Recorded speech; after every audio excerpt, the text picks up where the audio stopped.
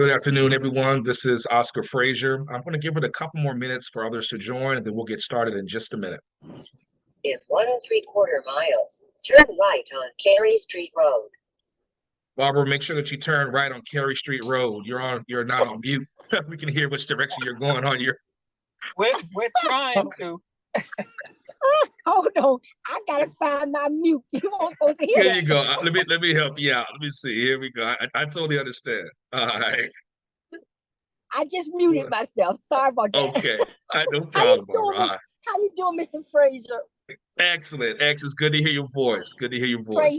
Praise God. I want to wish right. all the young ladies on the call a happy belated Mother's Day. All right. Amen. All right. Thank you, sir. All right. Thank you. Okay. All right.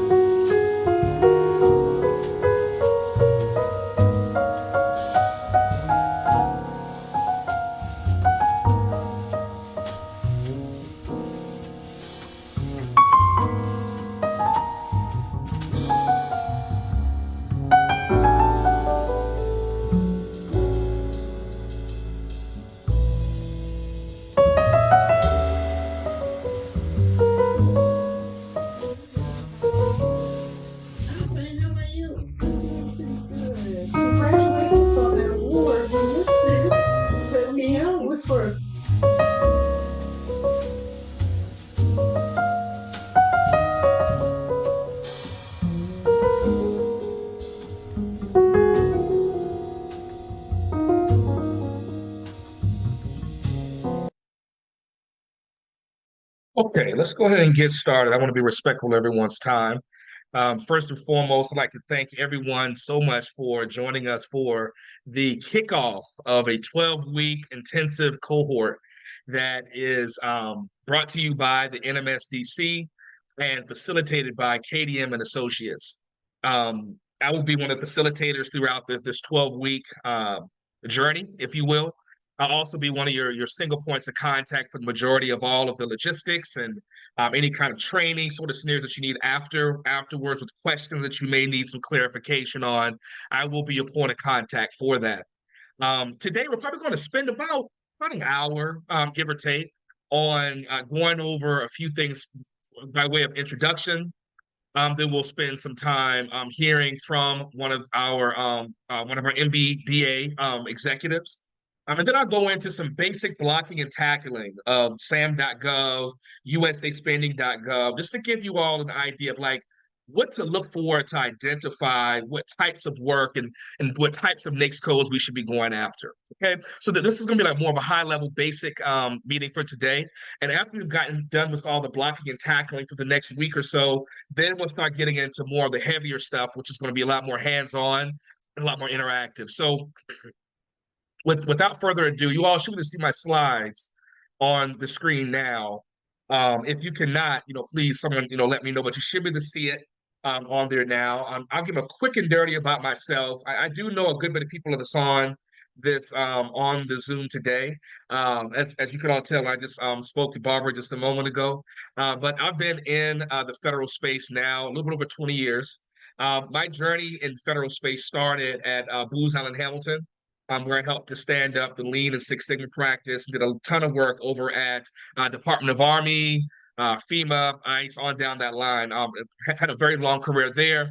And then I went over to PricewaterhouseCoopers and worked within the DHS agency, all the way down into Secret Services, ICE, Department of Homeland Security, et cetera. And then I started my own practice, right? I jumped out there. I'm not sure why I did it, but I did it, and I'm glad I did because I haven't looked back yet. I've had the privilege and honor of working with Mr. Keith Moore, who I'll introduce in just a moment. I'm working with him with the Federal Procurement Center by way of the MBDA as well. And so we've been privileged and with the opportunity to speak to a lot of minority businesses and helping them in everything between business development, proposal writing, grants, capability statements, all the things that you need to be successful in the federal space is what we've been privileged to do over the last several years. So with that said, I'm going to jump right in. And these slides will be available to everyone afterwards inside of our learning portal and our platform, which if you haven't gotten access yet, I'll be having a video shortly to show you that. And you'll be able to go through how to actually get into the portal and to be a participant, right? We need for this to be as active and communicative as possible. All right. So with that said, let's first talk about Malika Catrone. So Malika, I don't believe she's going to be able to be on the call today, but she was kind enough to put together a short video that I want to walk you all through. It's an introduction, a nice kickoff. And without further ado, let me go ahead and play that now so you all can take a listen to it. One sec.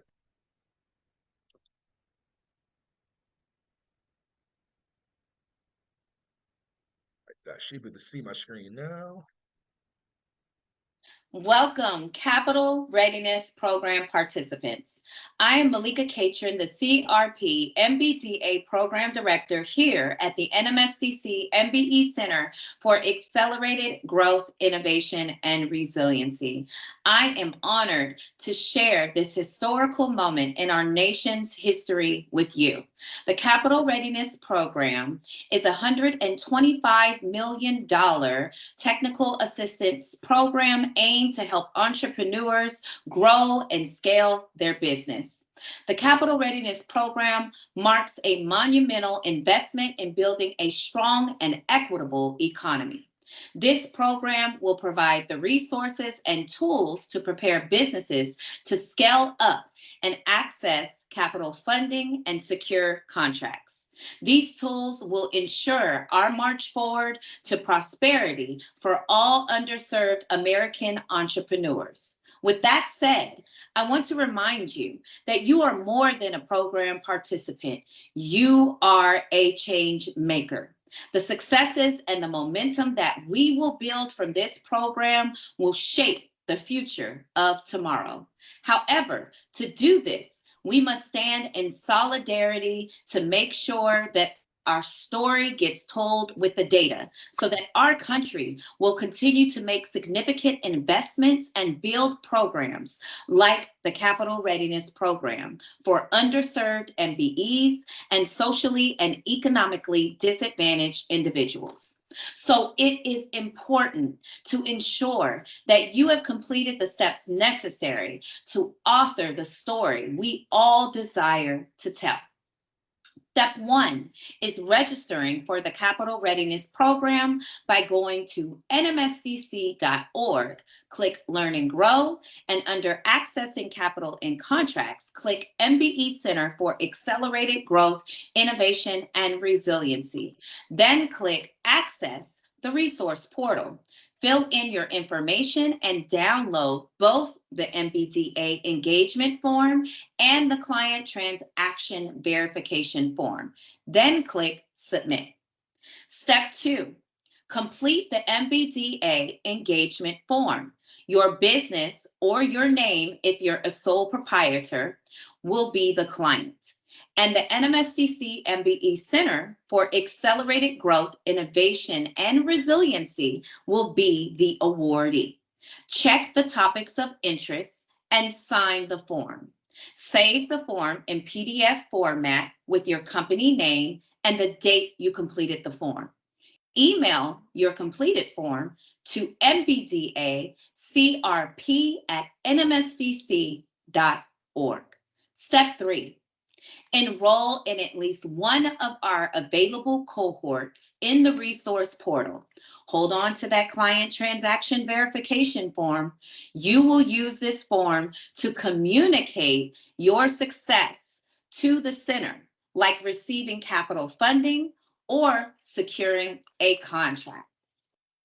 Then you will email that completed form to mbdacrp@nmsdc.org. Without the data, we cannot begin to change the sustainability of our economy. Lastly, I know there will be great things to come from your participation in this cohort. So dive in and take on all of the resources and tools made available to you with open arms. Good luck, and I look forward to seeing all of you on the journey to the next.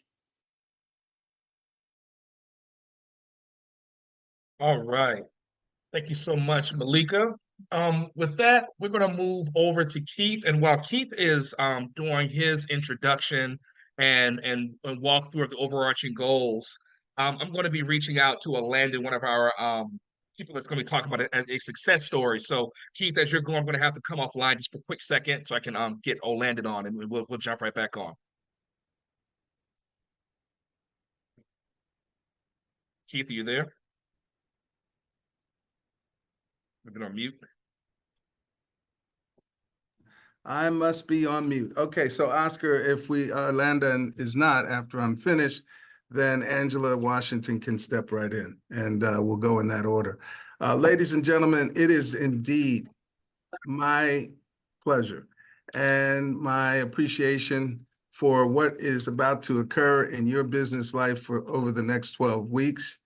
I can assure you, because I've felt it inside of the infrastructure that we've built to make knowledge, information powerful, because we are going to teach you what to do with it. You are going to have one-on-one opportunities. You're going to have on-demand information that from midnight to whatever time in the AM, all the way out through when your schedule fits, be able to refer back to conversations and informations that will be your guide. It will be your navigational tool. It will be your raison d'etre for being successful. And where we are at the MBDA Federal Procurement Center, we're on a mission. We have achieved our goals for our annual metrics, which are $50 million a year and 100 new clients every year. Thankful for being able to achieve that and all that goes and has gone into that with our total team approach. So we now have time to really focus on you, on the client that you may not even be an FPC client. You may be in preparation, because you're here, on becoming an NMSDC client of the Capital Readiness Program. So we'd like to, on behalf of KDM and Associates, welcome you to the MBE Center for Growth, Innovation, and Resiliency. And I can promise you that by the time you finish this class, you'll feel that you're empowered, endowed with those three attributes, which is really necessary to work what I call sometimes the most difficult occupation there is in this land, and that's government contracting. You will learn why, you'll learn how to get beyond, and it's a one day at a time. My name is Keith Moore. I'm CEO of KDM and Associates, founder of Open Government TV, and delighted and humbled to be the operator of the nation's only MBDA Federal Procurement Center, in partnership with not only our headquarters in Washington, D.C., but with our 23 centers around the country, thanks to the Capital Readiness Program, where we added 44 new centers. Under the Capital Readiness Program, as I'm sure by now you all are aware, there is a commitment by Commerce, by Treasury, by the White House, that you as an MBE should not have a barrier to access to capital. We believe, we in partnership with NMSDC, and so grateful for that partnership, know that government contracting can unshackle the chains of your readiness for capital and your access to capital, because the more you win contracts, the more you grow your company. The more you grow your company, the more revenue you have, the more past performance you have, the greater the confidence you have. And I can tell you, after 23 years, there's nothing more refreshing than kind of waking up and knowing what you're doing, why you're doing it, and how you're going to get there. Even when you don't know how you're going to get there, your perseverance that has brought you to a place and time in your own business will let you know that you're on the right track and that you're doing the right things by leading others, bringing and attracting others to your organization, attracting your business to the attention of contracting officers, program managers. What are you doing differently? You'll learn some of those tricks to the trade in this 12-week cohort, and I cannot think of a better person, more equipped, capable for you to sit up under for an hour today and for the 12 weeks ahead with people like Oscar Frazier and the skill sets, the experience that he has. I'm thankful for today. I look forward for you, your journey. Ask us the tough questions while you're listening, while you're learning, and when you're learning something you didn't know before. Not only ask yourself why you didn't know that, but more importantly, what else do you need to know to apply what you're learning? I look forward to sitting back, listening, and interjecting where I believe I'm inspired to do by your input. But let's be clear, you will be tested, you'll be expected to participate, and you will be expected to go all the way to the end now that you started. My dad used to tell me all the time, son, don't start nothing if there ain't gonna be nothing at the end. So I say the same to you. Thank you so much, Oscar. Back over. All right, thank you so much, Keith, for that introduction and overview. I believe we've got Orlandon on. A quick backdrop before I have Orlandon speak. So Orlandon, I had the pleasure and privilege of working with him and in one of his firms that he represents a few months ago, where they're in an energy space, and I won't steal his thunder. I'll let him talk about the hydrogen storage system that they built, or the patent that they have. But one of the things that is always interesting when we work with new people is to gain a level of trust, right? And to gain a level of know-how, business know-how, and the ability to deliver, which will then lead to the trust factor, which then we're able to deliver some great products to him and his firm. And so today I thought it would be great to have someone like Orlandon come on here and just talk a little bit about his experience in the federal space, some of the benefits, and then also overarching maybe some of the things that he's noticed and some of the benefits in working with the MBDA and programs such as this. So Orlandon, are you on? I am, and I have to apologize. I'm having some computer difficulties. Can you all hear me? Is it okay if I present just audio-wise? Is that okay? Hear you well, Orlandon. Yes, Thank sir. you for being here. Okay, no problem. Thank you all. It is my honor to be here with you. I am a native Washingtonian. I'd like to introduce myself initially by saying my proudest accomplishment are my two sons. I feel compelled to put that out there. But I have practiced law for 36 years in Washington, D.C. I was born and raised in D.C., so I was raised in the federal contracting space, although my background is in international business.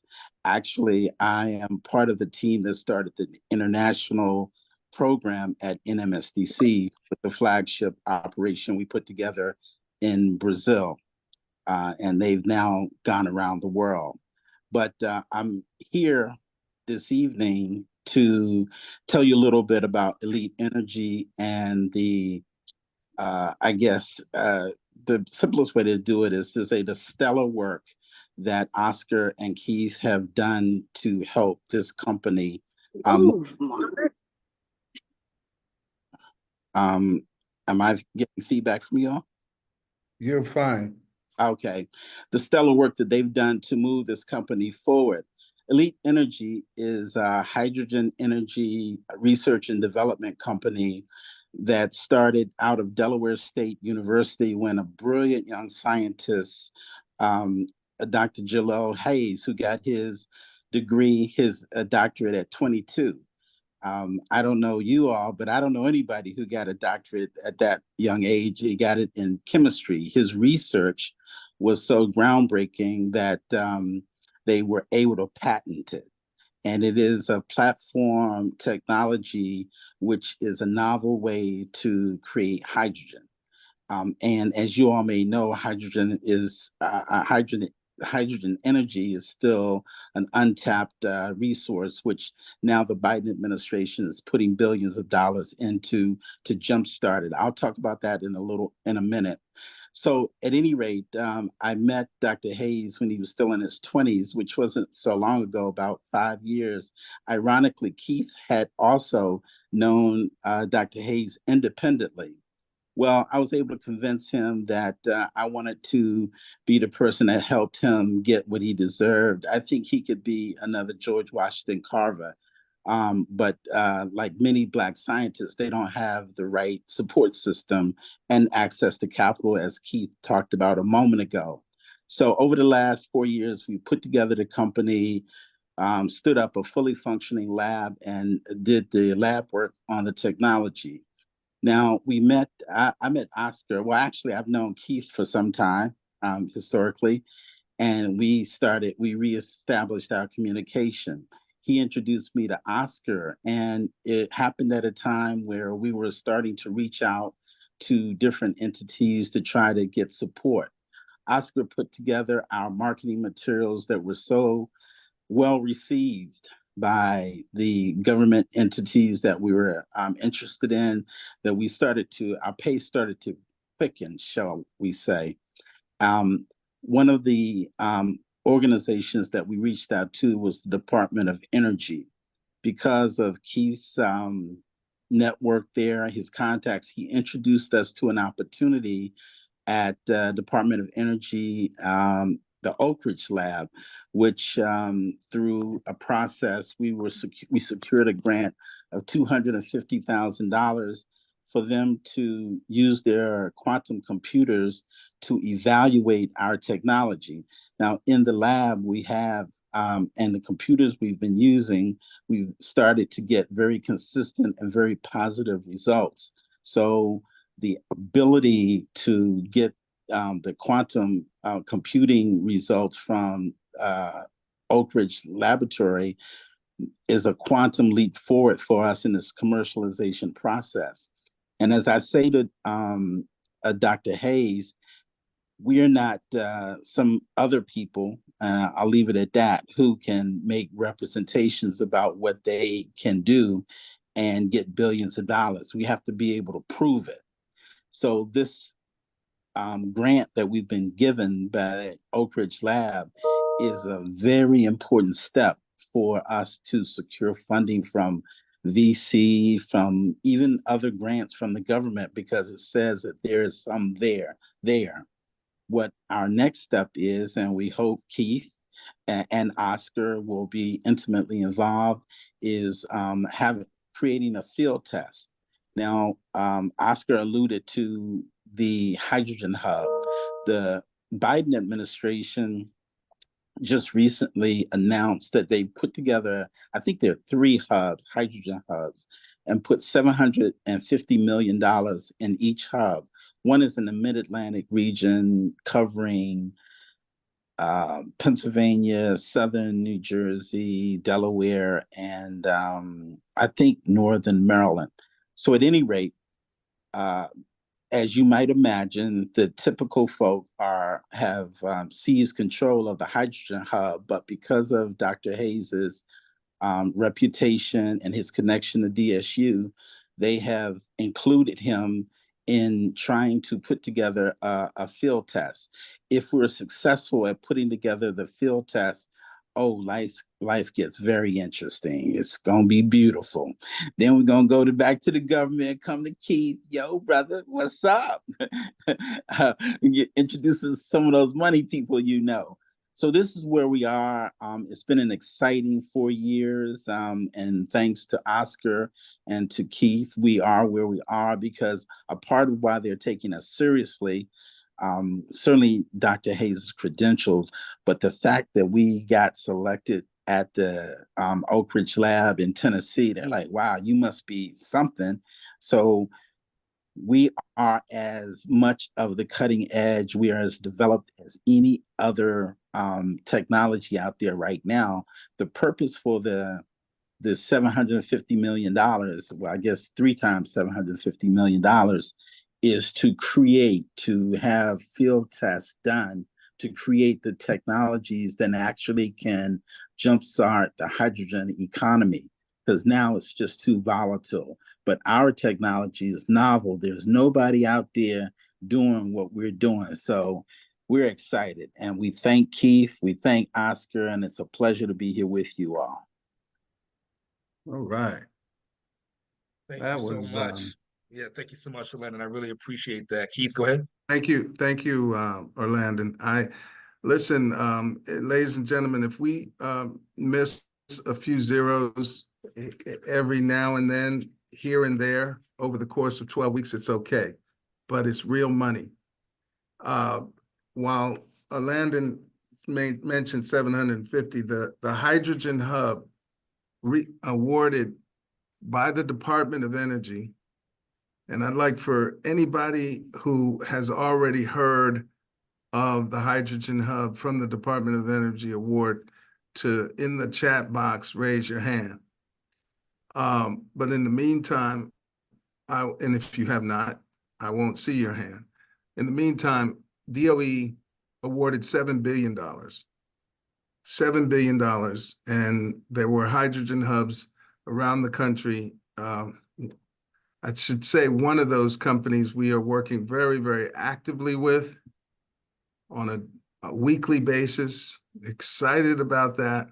Excited about where Elite is going. And I could remember seeing Dr. Hayes in his lab when he showed me the demo, et cetera. And it was, I would say, embryonic, but had a future.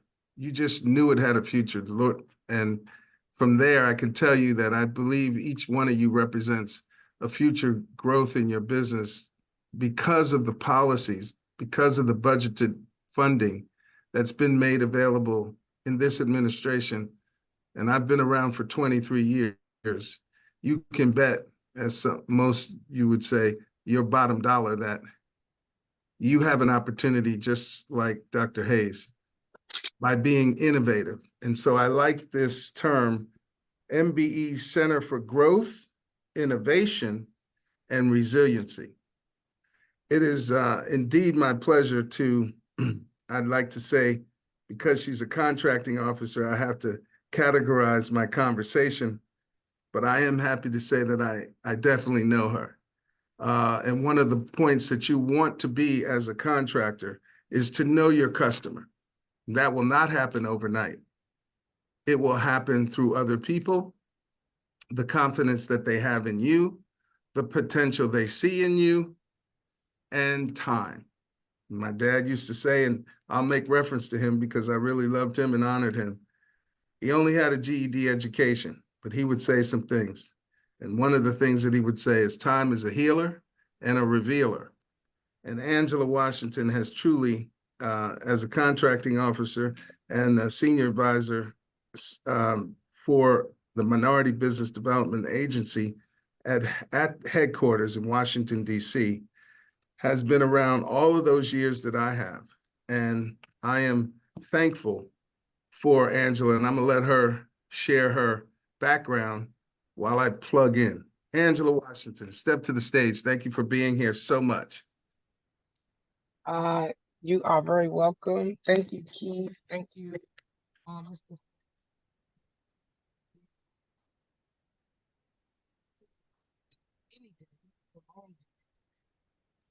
Did you go out on us, Angela? I think the sound may have did something there.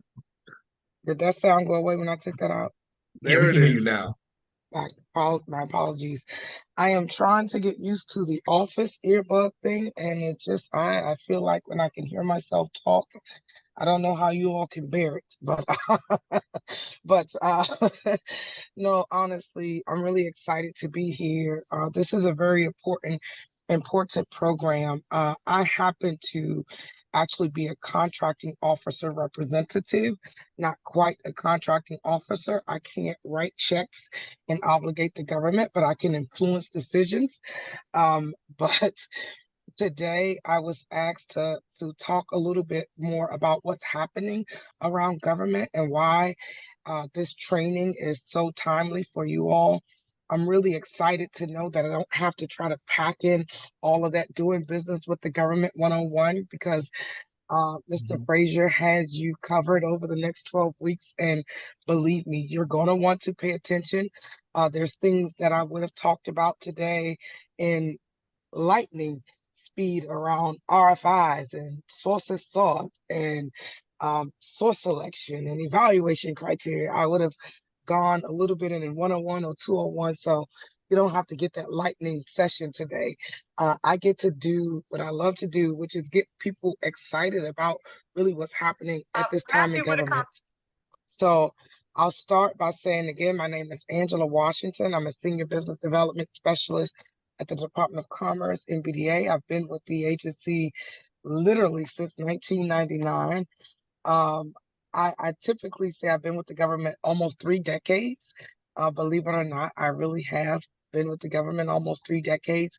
And I started out in an administrative capacity and I started purchasing for the government.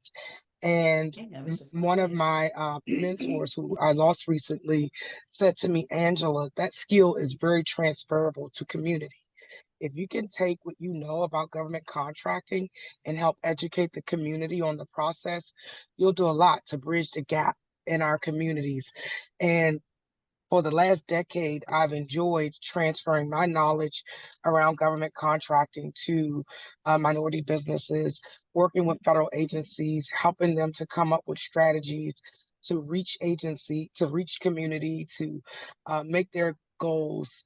I've enjoyed being heavily immersed in contracting for literally the last 2 decades. I had a couple of slides. I don't know if it's going to allow me to share my screen. Does Yeah, it yep, look? yep. I'll send you over the host abilities. You'll be the host, and then you have to just send it back the host back over to me Okay. afterwards. Okay, so let me do that now. 1 second. Okay. And then so while he's pulling that up, I'll just tell you really quickly. I've been, as I've said, I've been in government since 1999, technically since 1996, but I've been at NBDA since 1999. And this is the first time in my history in government that I've seen this type of historic investment that was led with a commitment to equity. So before this administration put out the billions of dollars that you see for the number of initiatives, on the first day in office, President Biden signed Executive Order 13985. Somebody entered the room. I don't know where to get the link from. Is it in the chat? Where do I get the link, Frazier? The link to do what? You mean Oh, to share share? screen. Oh, I see Yeah, now. you want to share your Okay, screen. Yeah. I can. And then I just think you might want to just adjust your camera there as well when you get a second. okay. That's interesting. Okay, can you all see that? Yeah, we can see it. Okay, sorry about that, guys. So Yes, we this is a can. slide deck that I usually do when I'm talking about NBDA, but I want you to zero in on this slide, if you can see it, and this slide, which this slide has been updated. I'm going to go back and forth a little bit, but I started out talking about Executive Order 13985. This is your first piece of homework. Write down Executive Order 13985. This executive order was signed on the first day President Biden took office, and it does exactly what it says: advancing racial equity across federal investments. That's in the investments, that's in the contracts, that's in the grants. Every federal agency has been given a directive from the Office of Management and Budget to take a look at their agency operations and to come up with strategies on how to better engage minority communities in federal contracting, in federal investments. And so for about the last 2 or 3 years, agencies have had their heads down, figuring out what has challenged, what has been the barrier to creating more access to opportunities. At the same time, you have the federal government small business industrial base shrinking. That's another goal that calls the government to take a better look at how do we really tap into the businesses across the country and get them engaged in this federal marketplace. As you all know, you've heard it dozens and dozens of times, the federal government is the largest purchaser of services and goods in the world. And when you think about how we purchase from small items to massive planes, everything is procured through a procurement process, which you're going to learn about over the next 12 weeks. My job today is to clarify that there are investments being made, that there are opportunities here, there, and everywhere. And believe me, this is just a small snapshot of what's happening in terms of spending. You heard the gentleman talking about the hydrogen hubs at the Department of Energy. There's broadband at Commerce. There's transportation. There's construction and transportation and infrastructure at transportation. There are massive contracting initiatives coming out of GSA. All of this today is going to sound like money soup, but in 12 weeks, you're going to understand how the blueprint to accessing these federal programs and dollars really work. But just take a look at this screen really quickly. Federal contracting. Federal contracting, the reason why I said that there's a new $150 billion in opportunities in the federal marketplace is because of category management. I don't know if this is a topic that will be covered in your 12-week cohort, but category management is a streamlined way that the government does purchasing. And there are 3 categories that minority businesses tend to fit very well under. So when you're looking at how the federal government spends, information technology, $20 billion through category management, professional services, $20 billion, facilities and construction, $110 billion. This is annual. These are annual numbers, and these numbers are across federal agencies. If I had more time, I would dig deep into really what all of this means. But at a high level, understanding that there are pockets of money across all the 24 CFO Act agencies is an art and a science. These 3 that you see illuminated here are the most immediate investments that are impacting communities, minority communities in particular. The infrastructure bill, the funds that are coming down to the Department of Energy, in particular Justice 40. If you've not heard of Justice 40, that's your 3rd item to write down, because Executive Order 13985 should have been the first, category management should have been the second, and now Justice 40. Those 3 major initiatives alone have generated a lot of new energy, no pun intended, kind of, around federal contracting. And there's so many pathways. The other one I have up here, broadband. The reason I have broadband up here is because the federal investments came down in 2 sort of tranches of money. It's the federal money that is then broken down into state money, which are called formula grants. And so in order to follow some of this money, you really have to be able to follow both tracks. You have to follow the federal money that's going into federal programs, and then you have to follow the federal money that's going into state programs, which will equate to a lot of contracted dollars. So whether you're looking at contracts at the federal level or at the state level, this is probably the best time to get in government contracting. The other one that I will end with is Directive M2203. And there's another one, and I don't want to give you the number because it escapes me, but I think it's 1901. Forgive me, I haven't gone over these memos in a while, but it's new entrants. that goes back to the point that I brought up about the small business industrial base shrinking, and the government wanted to increase the number of small businesses getting contracts. And simply what that means is that the same small businesses have been getting the contracts over and over, and the government has recognized that. And in order to pivot away from that behavior, we put in initiatives. And so OMB put in an initiative around new entrants. So if you've not done government contracts before, this is probably the best time to do it. So I will just close out by showing you this particular slide. This has changed a lot from the initial investments, but these are the buckets where we had initially been tracking most of the activity around the equity and contracts. If you look at most of the federal agencies' equity action plans that they fall under, there are significant activities. Even the Department of Energy, for the first time ever, they have provisions in their loan programs that specifically target minority communities. So if I couldn't get you excited about any other thing, it's about understanding that it's an opportunity, and the opportunity is now. I'm going to go down to this one slide here. You may have seen this before if you've gone to any MBDA 101, but this is really the story of MBDA, and this stopped at 2021, and it's not updated to 2024 today. I don't know what these numbers are, but look at when MBDA was started in 1969. We were created simply by an executive order. Executive orders open and close streets every day, but executive orders also have incredible power, like 13985. So MBDA's executive order that started the agency, look at the numbers of minority firms at that time. It was less than 500,000 minority firms. In fact, only 322,000 minority firms in 1969, and having at least one paid employee, only 90,000 firms. In 2021, look at the significant jump to 9.2 million minority firms, and look at the number of firms with at least one or more employees, 1.2 million firms. Why did I put that slide last? Because you all are part of creating the next story. You all are part of the next growth paradigm.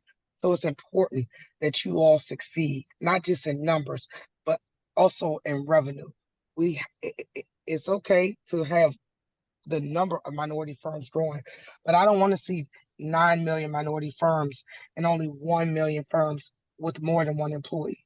We have an opportunity today to create massive wealth in our communities through federal government contracting. So if I can't get you to do any other thing, I would really encourage you to please stay engaged with this cohort. I'm going to stop sharing. Please stay engaged with this cohort over the next 12 weeks. I know the information that you're going to learn is going to be invaluable. One, you're going to be learning how to navigate the federal marketplace. You're going to be learning how to respond to contracts. You're going to be learning how to build your pipeline. So if you don't do anything else with your life for the next 12 weeks, I assure you, understanding and learning how to navigate the government contracting landscape is one of the most important things you can do. I will leave you with one of my favorite thoughts. I was reading Booker T. Carter G. Woodson, Miseducation of the Negro. And sometimes the book is kind of complex in how it's written.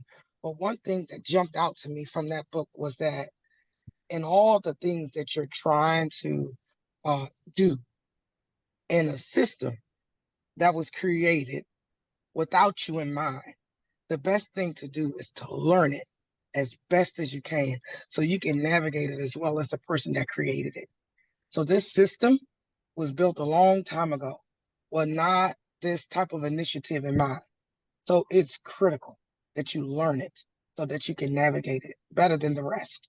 And that's really the key to success, navigating the system with the knowledge that it takes. So thank you. I hope I didn't take up more time than I was supposed to. No, But this if is you get me perfect. to talking about federal money, it is on and cracking. Angela, thank you so much. No, that was right on time. As a matter of fact, and if you get a moment, if you can just send me the host rights again. Now, how do I You do hover that over. real quick? Oh, sorry. Okay, so if you go you hover over my name, you'll see me inside of the you set the little three dots. Do you Okay. see that? The little three dots. Three dots. You'll see my picture and my name. Oh, wait a minute. Let me get you up here. You're on my main screen, so I can't get you in my three dots. Your three dots. Hold up. And No, I get it. while you all are shifting gears it. and Okay, moving, and then you'll see through- the three dots and go ahead and just click on make host. And then just hit Mute, okay, and then stop, that'll shop, give me. make host. Got it. Okay. Okay, thank you. All right. Thank you. Oscar, just before you get full throttle, I wanted to challenge the audience, but I also continuously want this, especially this first session, to be fully understood. We have brands. We want, by the end of the 12 weeks, we want you to have your brand established. What is your brand? You might have heard KDM talk about, we take the question mark out of what works. In this cohort, what you have is a historic progressive movement and unification of two organizations. It's almost like a P3. The NMSDC is the largest single organization in America, probably around the world, focused on corporate supplier diversity. You say, well, Keith, I thought this was about government contracting. Well, again, you'll learn, because we'll make sure that we share with you various nuances and strategies. And that is to define your brand, is to live out your brand, and to build upon it on a daily basis through your own research that brings you to a discovery. And what we discovered in corporate America in terms of NMSDC is that we could mitigate a corporation's risk for hiring your firm if we're bringing more MBEs to corporations who have government contracting success. Why is that? Because if you have government contracting success, you have employees. The more success you have, the more employees you have. The more past performance you have. The more confidence you have in being able to deliver a service. The more structure you probably have in your infrastructure, your HR, your management, your people skills. So the combination of working with an organization that even in this cohort is designed to get you to become a certified minority supplier to do business with corporate America, but to be able to do so with a inherent knowledge that you apply as a government contractor who ends up being successful because of the things that you learn in this 12-week cohort and the things that you apply as a result of this 12-week cohort. Now, I'm happy to say and really delighted to see so many faces that are already an existing MBDA, Federal Procurement Center client. Now, you might say, well, Keith, do we have to reinvent the wheel and start over with new paperwork? Well, the answer ultimately is no, but you're here. And so there are some requirements that you will fill out according to what NMSDC needs. And they need those because they are also, like the MBDA Federal Procurement Center, under what's called Salesforce requirements. They have metrics. And so it is in our inherent interest to see you all successful. And we are confident on our side that we can get you there, especially as you 100% engage. So I invite you to use the chat box to ask questions. We'll review those questions, and if we can answer them while we're throughout this program, we'll do so. If not, we'll get back to you on it. What's exciting in closing on my side of this commentary is that the tracking system is amazing. And I thank Oscar for leading the development of the tool that you all are on. And what I would like to say now is listen up, grab your pen, take a bunch of notes. Oscar, take it away. Thank you so much. Thank you. Thank you. Let's see. We've got a question here really quickly, just kind of jump into that really fast. Already MBE certified. Do we need to submit any more paperwork? Short answer is yes, but what you can do, come on, if you want to just send another note or something inside of the learning platform, what we can do is get you in contact directly with Monica, who can make sure you get all the paperwork that you need. It's a short form, very straightforward, but it's so that way they can do the tracking that's going to be necessary to track the success of this cohort. Okay. So you know what, Oscar, let me, if I may, add additional context to that content. Hamad, how are you? Good to see you.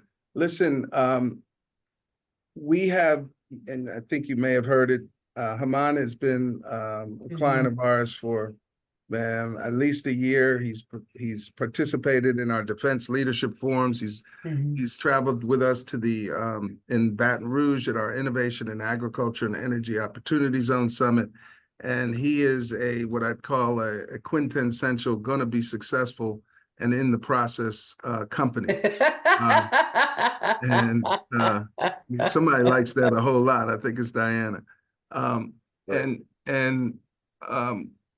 Hamad, we are going to be establishing shared outcome agreements. I think you know what they are, with the NMSDC. So if you're a client of ours at FPC, we'll be happily sharing outcomes with the NMSDC. This is a 5-year program.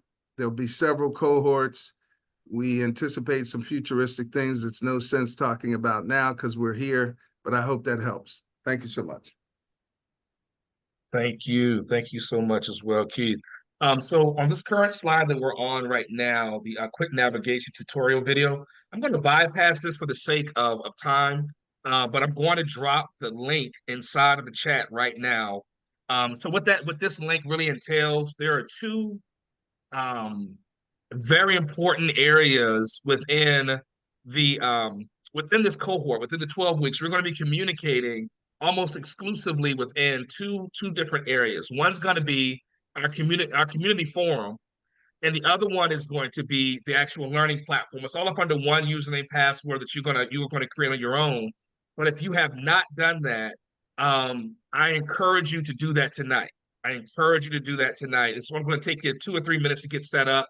Once you are set up in the system, you'll be able to quickly and easily access all of our conversations, kind of what's going on, and those sorts of things. So, and in fact, I'll show you briefly that background. Then we're going to get into some fun stuff, a couple of things I think is going to be helpful that goes right along with some of the conversation we were talking around government spending and how to start to find that information. I think that'll be very helpful for all of you. So if the screen I'm showing here right now, this is our community forum. If you have not registered in here, you're already missing out. We're already talking, already communicating, sharing ideas, and talking about upcoming events and things like that. So be sure to sign up in this. We'll be dropping in information on upcoming webinars. We're talking about any questions that you all may have. You'll be able to ask those directly inside of here as well. So again, the link is inside of the chat right now. Be sure to check that link out at your leisure when you have a moment. Okay. So let's go into some meat and potatoes here. I'm not going to spend an entire a long amount of time on this, but this will be a homework assignment for this because the reason why this is going to be so important is the way in which we're structuring these trainings. This is not like a Oscar talk at you for an hour and then you just kind of take it all in and then you come back. This is going to be something where you got to come off of mute. You got to ask questions. This is truly a cohort, not just a classroom setting, right? So this is something where we all can equally be successful if we move as a team. You'll notice in the very beginning, as we go through some of the more like blocking and tackling things in this lesson 1 here, we're going to go over government spending. What this is really going to be, so for the people on the call that have already been in federal contracting for a long period of time, I want you to be a good cohort member and just give some of the folks that may be still new an opportunity to kind of catch up, right? And so that's what we're going to be doing in this session here right now. So that's what we're going to be talking about here for government spending. Spend a little bit of time talking around SAM.gov, the new and improved SAM.gov. I think some of us has been in the space for a long period of time. We can all relate to the old, antiquated, and really, really bad a system that SAM was before to what it's become now, a lot better. and I'll show you a few tricks within there that may be helpful for you. And then finally, we'll talk about the NAICS codes decoded to make sure that we all understand exactly what our primary, but also some of the other NAICS codes should be within your SAM profile. Okay.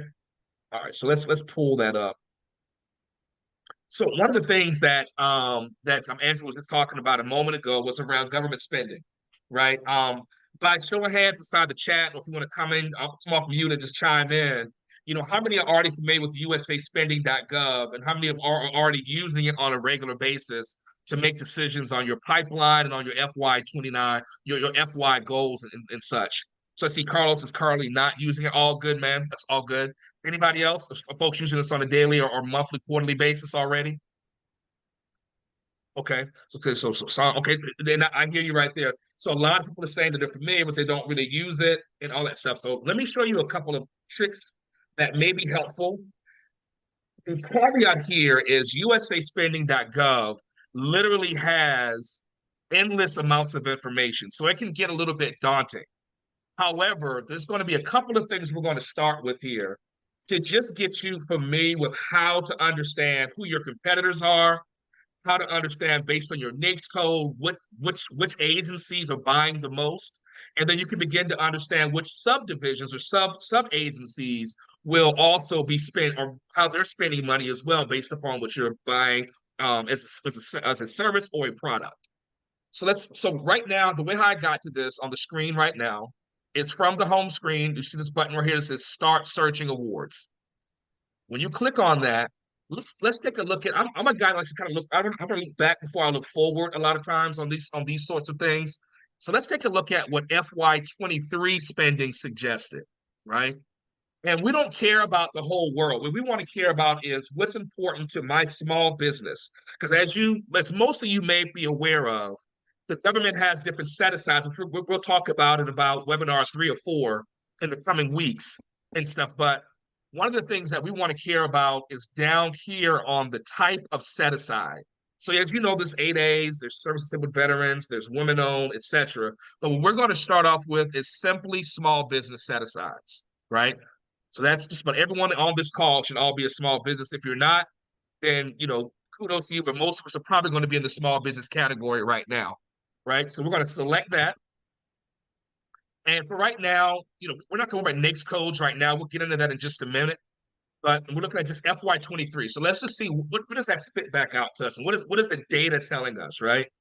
So what this is right now, this is based upon awards, right? So these are some of the different potential competitors, right, within the space that are like what kind of money has been obligated to them, in FY23, right? Because success leaves clues. These are some of the big guys that have been winning, over and over again, and they've been doing pretty well, right? However, if we also want to begin to look at things like my agency, this is going to be, if you hear nothing else I'm talking about within USAspending.gov, this is the section that's going to matter the most to you. When it comes to agency definition and understanding who's spending the most amount of money, we know that DoD is always pretty much going to have the biggest budget. They're going to have the biggest spend. So rather than going into that right now, unless we have any folks, and drop in the chat if any of you guys are in the defense space, or if any of you all are in the cleared space, we have facility clearances, you're working specifically within defense, then we can spend more time there as well. But most folks are going to be more on the civilian side for the most part. So let's just start here. Let's just say HHS, right? Because this is a pretty well-known agency. Two things that should jump out to you immediately on this page. The congressional justification of budget. This seems like a daunting task. You have to almost like reading like a dictionary. However, this is vital to you understanding what types of obligations this agency is going to have for their fiscal year. What normally happens is the government puts out their congressional budgets to be approved. Once it's obviously signed and approved, then they put out their congressional justification budget. I'm not going to bore you all to death with going through all of that. However, this will get you exactly what their budgets are, what their plans are, what types of stuff they plan on spending for the year. And that's what this does for you, begins to help you to understand how to shape your targets and how to shape your pipeline, right? So as we go through here, I mean, it's just all sorts of just endless information, right? On the types of funding, which agencies are spending the most. As we all know, probably CMS, the Centers for Medicaid and Medicaid Services, are usually the one that spends the most. When you click in there, it drills down further, then it starts to give you more information of which specific divisions. The reason why this is so critical for you, instead of just saying, I want to go boil the ocean, right? I'm a small business. I want to try to go after federal contracts. Well, which agency, which divisions, which subdivisions, right? And once you're able to drill into this, what this is going to do for you, it makes the government a lot less vast, and it gets it more specific into who you're going to target based upon the types of services and products that you actually sell. Let me kind of pause there. I mean, folks, come off mute, ask questions, any comments about it. I'm gonna let's kind of talk about it if you've got anything that you want to share now. Well, Oscar, I could tell you that there was several people on this call who have not used this USDA spending, and Yeah. that's a start. Yeah. And so I find that to be a little bit interesting, but we are in many cases at the early stages of firms getting into the government. Yeah. Yeah, and that's, and even like right now, someone is actually a very great question, which we'll spend more time on this in some of the other webinars. But so like someone's asking about sole source, and I think so basically there's different types of award scenarios, right? And there's actually several of them, but for the sake of this conversation, to keeping it simple, the government can either submit out a competitive bid, which means it's going to be in the form of like an RFQ or a request for quote or a request for proposal. The government sends that out to everyone, right? Let's say if it's going to be small business, then they send it out to all small businesses. Small businesses have an opportunity to reply back via proposal and bid offer. And if they're awarded it, they get awarded that award based upon the merit of their bid, based upon the price and all that other good stuff. The other side of it is going to be a sole source. What normally happens is, and usually this happens more like on the 8A side, SDVOSB side, but let's just say for the sake of the conversation, the government will sometimes identify a firm that they want to give the business directly to.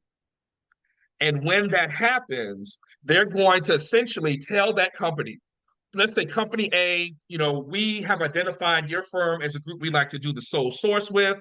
You're going to then, as opposed to writing an actual RFQ proposal, you're going to write back like a statement of work, typically, which is like, this is going to be what all you're going to get done. The government takes that and drop it into their contractual piece, and then they can award you the work when it does not go out competitively, meaning it goes directly to a sole source or a single organization. Does that answer your question? I forgot the name. Let me go back up here. Sydney, does that answer your question? You may be on mute there. It's okay if you are. Okay, okay, I see. There you go. You said yes, thanks. Okay. Yes, it did answer my question. Thank you for the explanation.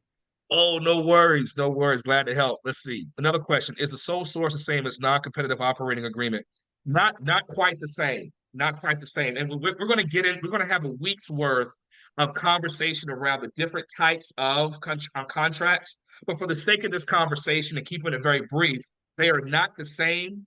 An operating agreement is a very different kind of scenario for the government than a sole source, right? Sole source is typically going to be for a specific service or product.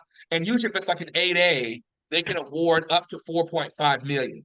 Right, as a sole source without having to go out competitively. But I don't want to muddy the waters too much with that today. But it is a difference there.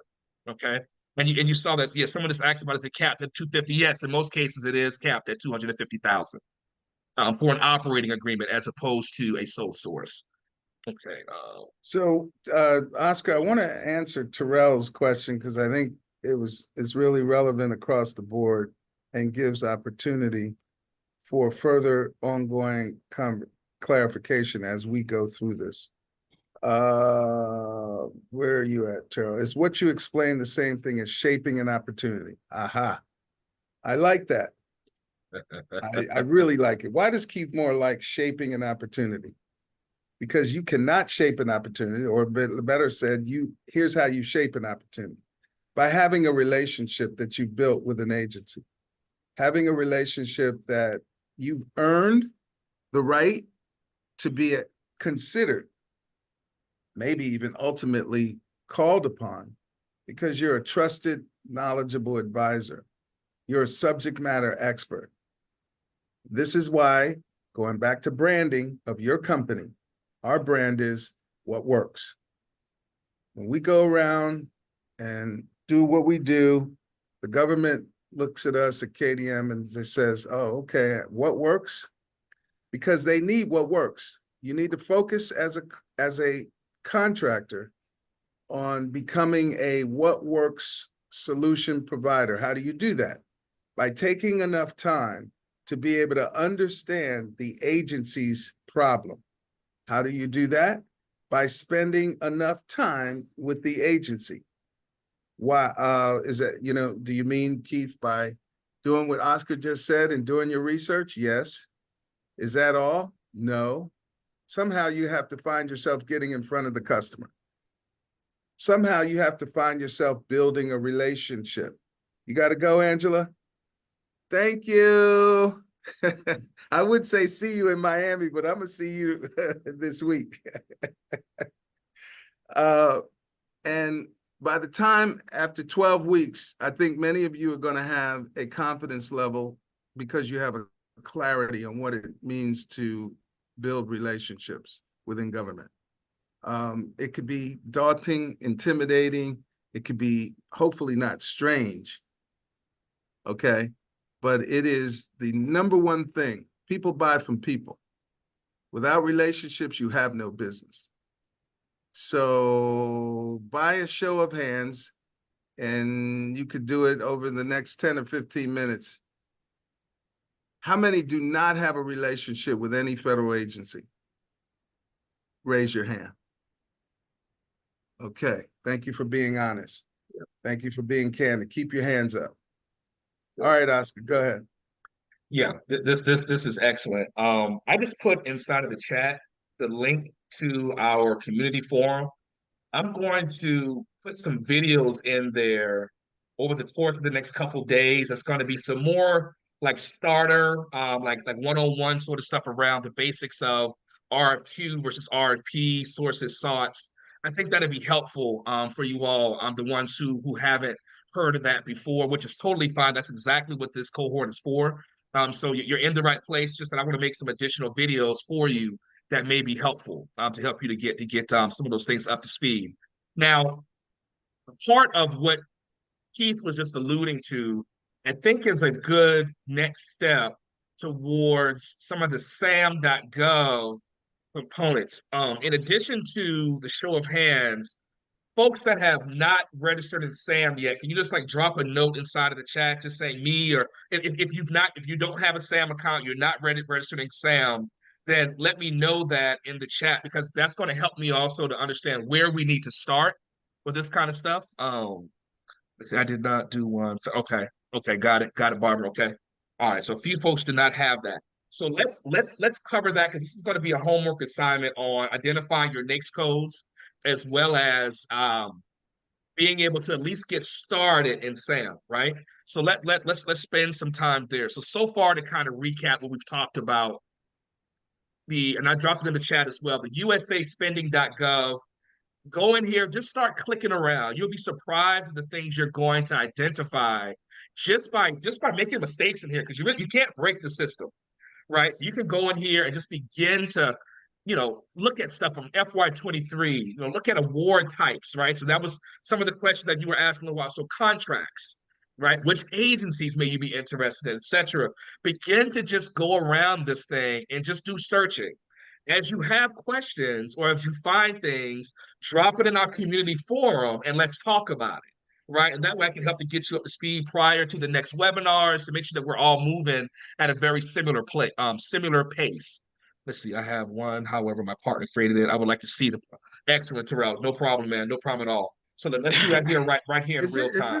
is this Terrell down in Texas, our client, accounting firm? Please say yes if it is.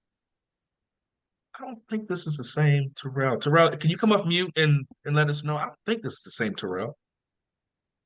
Hey team, I'm sorry about the background noise. Absolutely not. I am just asking questions because I know nothing about this whole process. So please, I'm a blank canvas. I know a little bit, but not enough. So no, I'm not Terrell from Texas, but thanks for Okay. asking.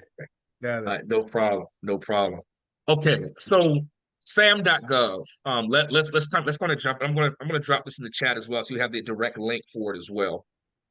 All right, so there are a few things on it from a reporting standpoint we'll get into later, but just the basics of the system. The purpose of the system for award management is for the government to basically be able to say and identify companies that are ready to do business with the federal government. That's like the basics of it, meaning you will not be able to get a federal contract without being registered in SAM. This is step one. This is the step one you need to be doing. In order to do that, you're going to see a button here that says Get Started, where I'm hovering over right now. When you click on that, the government has done a lot of updating inside of here that's made it much easier, much easier to get yourself together and be ready to do this. I'm going to send you this PDF here, and I'll put it inside of our chat. I'll put it in the chat. I also put it inside of the community forum, so you'll be able to have a good access to it as well. But essentially, there are some basic steps, right? So it's going to kind of explain it to you here. You kind of can go through and listen and watch some of this stuff that you see. I'm kind of clicking through. But the very next step is going to be the button here that says Get Started, right up here in the right-hand side where I'm hovering at, right? So you must agree to the terms. Of course, you're going to go ahead on and agree to that. And so I already have an existing account with SAM, of course. But since you won't, you're going to come in, you're going to create an account. And you just follow the steps. It's a very straightforward process. You're going to put in your email address, establish that. Terrell, no, there's not. So great. That's an awesome question, man. So there is no fee to sign up for SAM. It is absolutely free. This is something that is just a requirement. And every year you have to renew your SAM, pretty much saying that, if anything's changed with your company, et cetera, you would just put it into the system. You would notify the government of that. But in most cases, it's going to be a simple kind of resubmit, your entity, and it's usually a pretty straightforward process. But this checklist I'm going to send over to all of you, this is going to kind of walk you through all of it. So you'll kind of be able to see all of the information that you're going to need to have to go through the process for it. So this is a lot of pages, but trust me, this is not a very difficult task at all. As you go through it, it's a very easy process. I would echo what someone just, don't pay for renewal either. Yeah, that's a very good point. If I'm saying this correctly, Daz Monique. There are going to be people that's going to try to get you to renew, and they're going to send these weird emails. You can always ask me about stuff like that. I'm always going to keep it real with you and tell you if it's something that's fraudulent, it's a scam, or if it's something that's real, with things like that. But what we're giving you, these are the things that you're going to need directly from sam.gov in order to be successful and to get set up inside of there. So let's see, select all federal awards. Yes. You want to select all federal awards on there. But as you go through it, you'll be able to see it. And if you have questions, drop it inside of the community forum. If I don't see it directly to answer it, a lot of our other friends that's going to be a part of the cohort will also be able to jump in and answer those questions for you as well. That's exactly right, Trent. That's why I see those all the time, man, about those scammers that try to come out and they try to get you to pay them thousands of dollars to just hit one button to renew your profile there and stuff. But so again, homework assignment's going to be go out to sam.gov. If you don't already have an account, go and get one set up. If you have questions about it, please ask it inside the community forum. I'll be more than happy to answer it. If I don't know the answer, I will get it for you. More than likely, I should know it, in most instances. But if I don't, I'll be able to get the answer for you straight away for that. Okay. Another very important aspect, and I'm going to pause before I do this, is about the NAICS codes. So let me pause and see if there are any questions or comment around the homework assignment of getting your SAM set up. Any questions about that? I guess I have a comment for those who aren't well versed with the SAM.gov. Amber mentioned to select, well, we mentioned to select the federal option versus the other option because one is shorter than the other one and you have to provide more information. So be prepared to kind of sit down if you do the federal one versus awards only.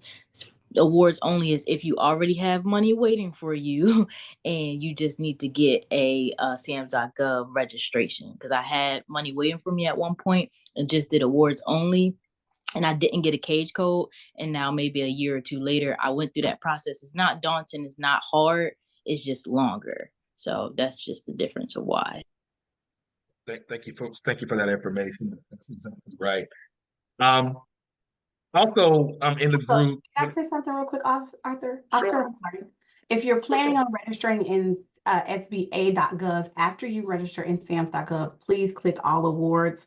That way that process can be smoother. You don't have to go back through SAMS, because if you want to think about it, SAMS is like the brain for all of those organizations. You have to get that piece together first if you're planning on doing your vet certification, your WASB certification, or any of those other things. That's what they need that cage code for later on. So hope that helps. That does. Thank you so much for that information. And I'm just, as a pause, as a quick sidebar, this is exactly what this cohort is supposed to be.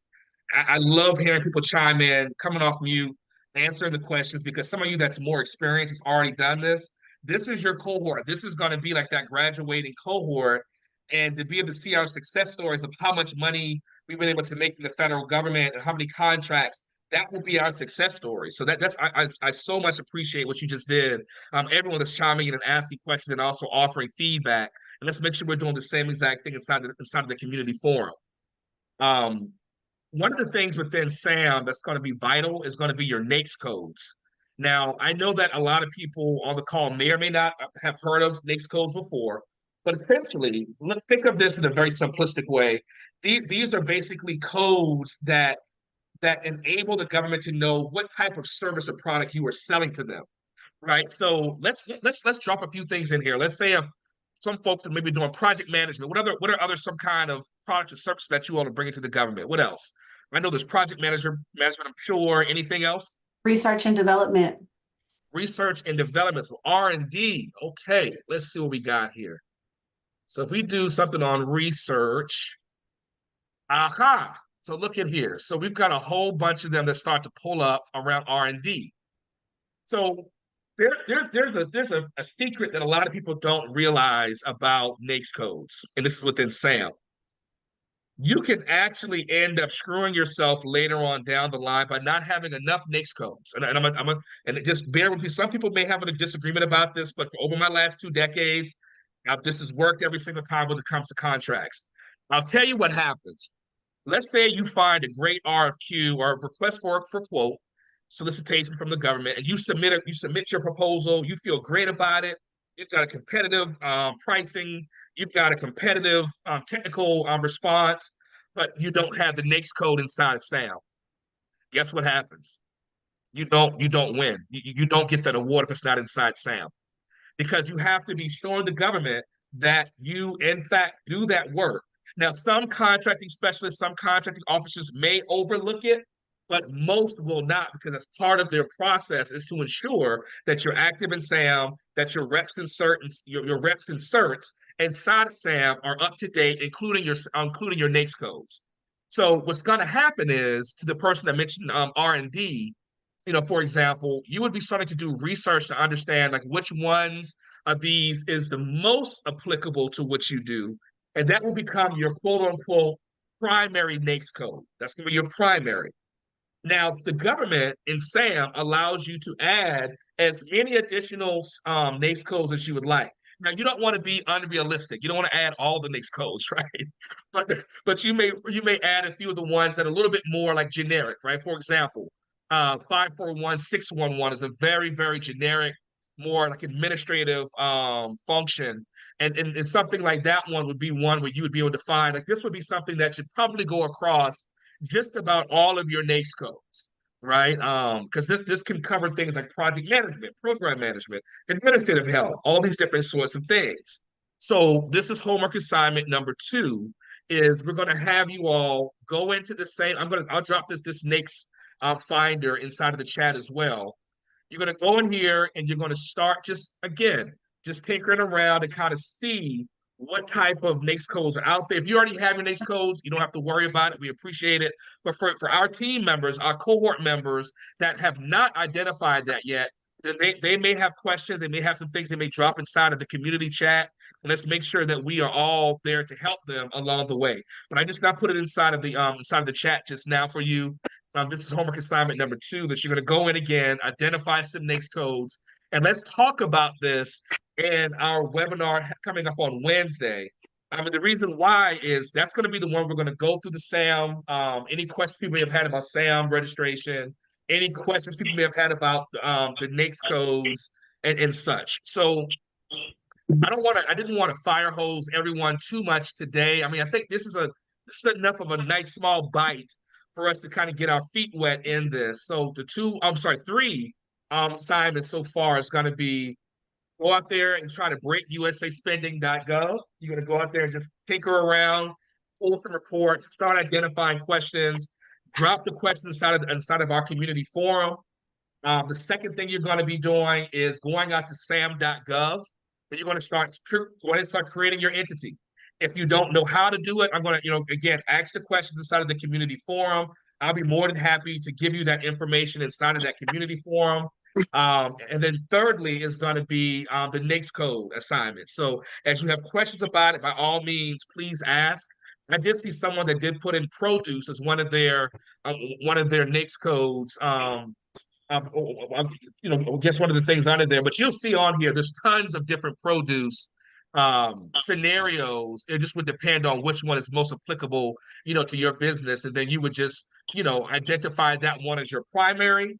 And then you would then add in some of the other ones that could be close to what you do, because oftentimes a NAICS code can sometimes be misaligned on some RFQs, and you don't want to count yourself out because you didn't have it inside of your SAM profile. Okay. Let me pause there. Questions, comments? I want to kind of pause and open up for the next about 8-9 minutes before we adjourn for anything that you may have that we can that I can help to answer or facilitate. Oscar, this is Sydney. So I have a question. And this isn't something I expect you to answer at this moment. I just am putting it out there because this is the beginning of the program. So my team and I, my company, we've been selling to enterprise corporations since 2011. So I have lots of experience selling to global brands and et cetera. And I feel like I've been dancing around this government thing for a long time. So I know about NAICS codes. We're already certified. I'm registered on SAM. Like, I'm hoping that in this course or in this cohort, is there going to be like a map or something that tells you like, okay, these are all the things you need, and then this is what you do with them? That's the piece that I've always felt stuck on, because it just feels really convoluted and complicated compared to selling to other organizations. And so I just was kind of wondering if there's going to be like a clear map in this course. So the short answer is yes, and let me help to qualify that a bit. On the screen right now, just pulled up, this is the roadmap. I'm giving you all the playbook on exactly what we're going to be covering over the next 12 weeks. And let's take our time and go through that. So, and again, this is not a person stands up in the front of the room and just talks at you. This is literally an interactive, in the weeds, hands-on sort of cohort, right? So that's really going to be the caveat across all of these. But you'll see in weeks 1 and 2, this is a lot of the basic introduction stuff. This is the basic blocking and tackling, right? So what we're talking about right now, overview of SAM, creating a SAM profile, understanding what NAICS codes are. Then we're going to be talking about, and like on our third webinar, we'll be talking about, the small business set-asides, right? And how to register for those, right? Such as service-disabled veteran-owned small business, or woman-owned, economically disadvantaged woman-owned small businesses, et cetera. We're going to spend time talking around the value of the MBE certification and how you can how can you utilize that for more than just having it behind your name or behind your company, right? We'll spend time talking about that. There's actually going to be a hands-on federal contracting networking session where you'll be able to have other folks like Angela's of the world to come into the webinar. You'll be to interact, ask questions, and that's going to be your first step in relationship building. Going back to Keith's point, we're going to be bringing people to you so you'll be able to start to introduce yourself to them. Now, after we get past weeks 1 and 2, this is where I think we begin to get more into like the meat and potatoes and stuff, Sydney, and as well as everyone else on this. But here we're going to not just talk about, the different certifications. We're going to do a deep dive, right? That's going to mean going into the systems and showing you how to do the certifications. And those that may have help, but that may need help, we'll set up offline conversation to help you to get it. We can do these things for you as well. But again, we'll get there as we get there. We'll have hands-on, workshops on certification processes. By the time we get to weeks 5 and 6, everyone should pretty much be at least singing from the same sheet of music of understanding the federal outlay, understanding, SAM, NAICS codes, certifications, etc. And then we're going to start getting into federal solicitations and bidding. This is going to be the 2 weeks that's going to probably be the make or break. I'm going to be completely frank with you there. This is going to be where we're going to be actually doing hands-on workshops around proposal writing, how to respond to an RFI, how to respond to an RFP or an RFQ. There is a method to this. I consider myself to be a proposal ninja. I know that stuff at the back of my hand. I'll be able to help get you in there and show you exactly what you need to do and how to write it and how to make a winning bid for these. So you'll see we'll be having mock bidding sessions, to practice this stuff. So this is truly like a hands-on in the weeds. I'm not going to just be talking to you the whole time. We're going to be actually doing stuff. So people that are on phones that are in these meetings, it may work for the first couple weeks, but as we get further into this, you're going to need to be in front of a computer because we're going to be trying to do things hands-on right then in real time for a lot of this stuff. Moving along here, weeks 7 and 8, we'll be talking about legal and compliance requirements, the FAR, DFARs, understanding regulations, understanding how to properly work with other teaming partners, subcontracting. We'll be talking about those kind of details in great length in weeks 7 and 8. Weeks 9 and 10 is going to be around financial management and growth planning. There, we actually have a group that's going to be doing an assessment with you all. And what they're going to do is they're going to help you to rate your company, to understand how you stand about getting loans, grants, things like that. Because another one of our responsibilities is not just going to be to help you get federal contracts, but it's also going to be able to help you to get funding, right? So that's going to be around grants, loans, etc. But in order to do that, we have brought in a very, very skilled Black-owned group. The brothers are bad, man. They're just some good brothers. They're called Biz Scoreline. And when we get them in and you guys get a chance to meet them, you'll see for yourself that this ain't your mama's normal 12-week cohort. This is going to be real deal, in the weeds, getting it done kind of stuff. So I'm looking forward to that. So buckle up for weeks 9 and 10. And finally, around weeks 11 and 12, I look at this, we'll call this like the polish. This is putting the polish on everything. So we're going to be looking at capability statements, making sure that you've got your website where it needs to be, making sure that your messaging is consistent. And so that way, by the time you start to get back in front of some of these contracting officers, OSTBUs, or that's the Office of Small Disadvantaged Business Utilization Centers, you'll be able to have your best foot forward. You're going to know who you are, your NAICS codes, you'll be in SAM. Excuse me, you'll have a strong capability statement, a strong website, and now will be time to do some real business. So that's going to be what you can look forward to. Of course, there always will be a lot of post-program support. So we're going to be here. This cohort is not a one and done. This is going to be something where we're going to be here. That's why that community forum is going to be paramount to being in that. Because once we stop doing these webinars, you may not have direct access to me or to the group, but you'll always have it inside of the community forum. So that's why it's going to be so critical for you.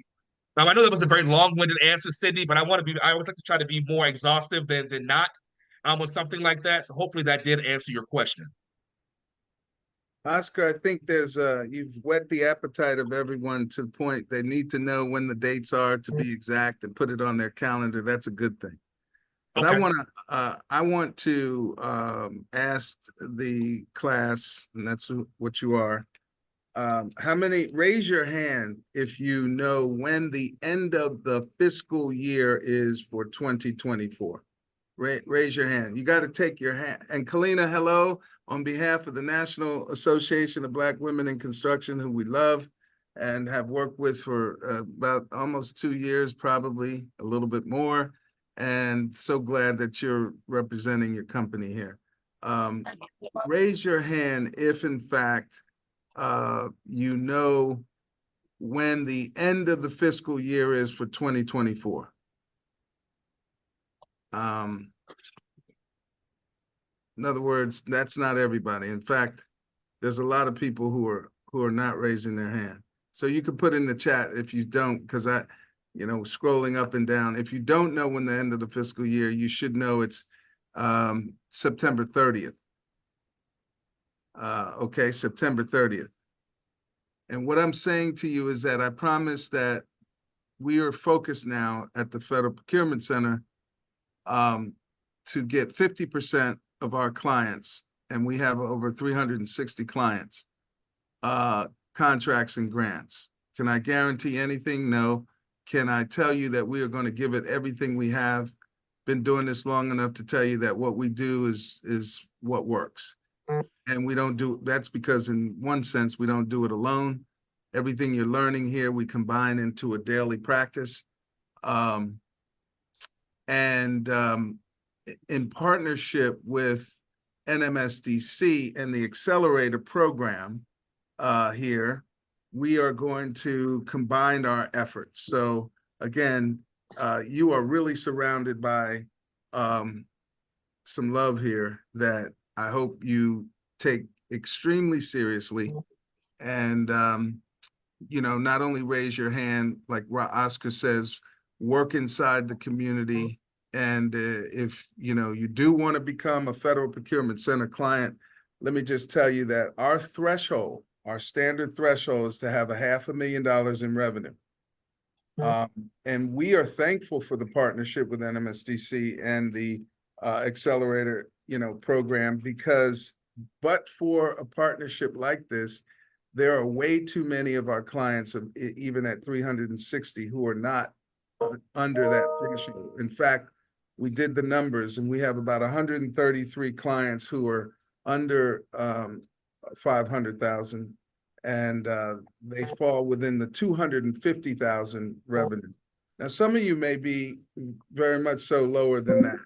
Again, but for this type of program, and we thank the Capital Readiness Program for our being able to now engage you very seriously with this level of intensity over the course of 12 weeks. So I think this is a great day and time, historically so, for all of us. Let's take it as serious as it is, because we have between now and September 30th to somehow get your company engaged with that level of successful commitment.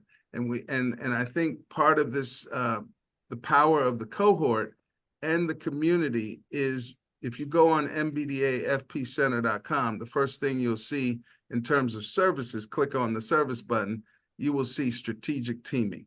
If there's anybody who knows how to team companies so that you're bigger than the company that you have, and that you could be more effective in front of a customer and engage successfully, navigate yourself around relationships that you may not have, it's embedded in that strategic teaming strategy that we use on a daily. With that, I think we're about 2 minutes over. Any final thoughts, Oscar, before we leave until Wednesday? Oscar, I think we'll give dates and times. I think we're always at the 6 o'clock hour. Is that all right? Is that right, Oscar? That is correct. That is correct. Okay. And if by chance, if someone misses a meeting, we'll try to put the recordings back out there, but I do not recommend missing them, because the interaction is really going to be the meat and potatoes of this. Just try to listen to this back. It's going to be like, I don't know, to me it'd be weird, right? To try to listen back to it as opposed to being in the room, in the meeting, as it's actually happening. And it's only 12, it's a 12-week commitment that's going to potentially make a difference over the next, the rest of your federal careers. So I mean, I think it's a very small commitment with a very, very large output for it. So I'm gonna then, so to answer your question, Keith, to close out, I just wanted to thank everyone, sincerely for being a part of this. We take this very, very serious. This is not a game for us because black and brown and minority businesses, it matters. It matters, right? Especially in the federal space. So that's why we're doing this. And so we're looking so much to making a difference and making an impact. Again, if you've not been out there to the community forum, get out there as soon as possible. All of the information will be there. The dates and times for the next and future cohorts, webinars will also be there right there in the community forum. So again, thank you so much. I really, really appreciate everyone jumping on. Have a great rest of your night and enjoy the rest of your day. Cheers. All Take right. care. Thanks. All right. Thank you, everyone. Good night. Congratulations, Orlando.